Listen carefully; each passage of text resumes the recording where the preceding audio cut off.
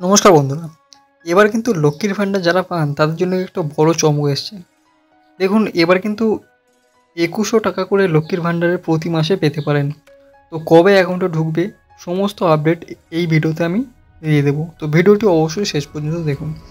আর video শুরু করার আগে বলে দিই, এই সমস্ত ইনফরমেশন বিভিন্ন মিডিয়া, নিউজ আউটলেট এবং ইন্টারনেট থেকে সংগ্রহ করেছি। যে কোনো সিদ্ধান্ত নেওয়ার আগে নিজে একবার রিসার্চ করে নেবেন। চলুন শুরু করি। দেখুন, মমতা সরকার ক্ষমতায় আসার পর একের পর এক ভাতা চালু করেছেন। এই সকল ভাতার মধ্যে আছে কন্যাশ্রী, লক্ষ্মীর ভাণ্ডার, বার্ধক্য ভাতা, বিধবা ভাতা থেকে শুরু করে যুবশ্রী, সমশ্রীর মতো প্রকল্প। এবার প্রকাশ ছিল নয়া তথ্য। দেখুন, সদ্য রাজ্যে জনপ্রিয় প্রকল্প লক্ষ্মী ভাণ্ডার ভাতা বাড়িয়ে ২১০০ টাকা করার একটি প্রস্তাব সামনে এসেছে, যা নিয়ে ব্যাপক উৎসাহ তৈরি হয়েছে মানুষদের মনে।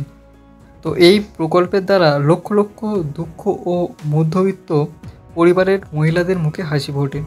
এবার অনেকেরই আশা পুজোর মাসেই এই আনন্দ দ্বিগুণ হবে। তো বর্তমানে সাধারণ জাতির মহিলারা ১০০০ টাকা এবং তপশিলি মহিলারা ১২০০ টাকা করে পেয়ে থাকেন। তো এবার শোনা যাচ্ছে ২১০০ টাকা হবে এই ভাতা। যে সমস্ত মহিলাদের বার্ষিক আয় ২.১ লক্ষ টাকার কম, তারাই পাবেন এই ভাতা। এর জন্য উপভোক্তাদের সিঙ্গেল ব্যাঙ্ক অ্যাকাউন্ট থাকতে হবে, তেমনই ব্যাঙ্ক কেওয়াইসি জমা দেওয়া থাকতে হবে। তো ভাতা বৃদ্ধির প্রস্তাব আসলেও আপাতত মেলেনি কোনো নিশ্চিত খবর। বিশেষজ্ঞদের মতে ২০২৬-এর বিধানসভা নির্বাচনের আগেই এই সিদ্ধান্ত কার্যকর হতে পারে। তো এই পদক্ষেপটি যে রাজ্যের রাজনীতিতে বড় প্রভাব ফেলবে তা বলার অপেক্ষা রাখে না।